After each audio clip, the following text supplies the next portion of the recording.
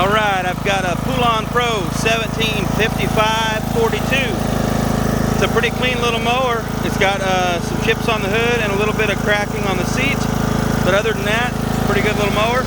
17.5 horsepower Briggs & Stratton. I've got the air filter pulled off because it doesn't want to start unless I completely choke that. So, got something going on with it, not sure. After you do that, it runs just fine.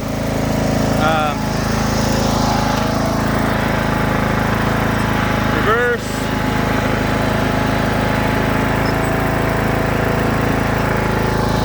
Forward.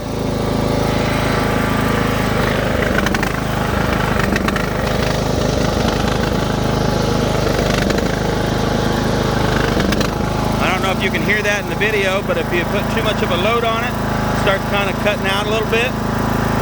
Same thing when you engage the blades.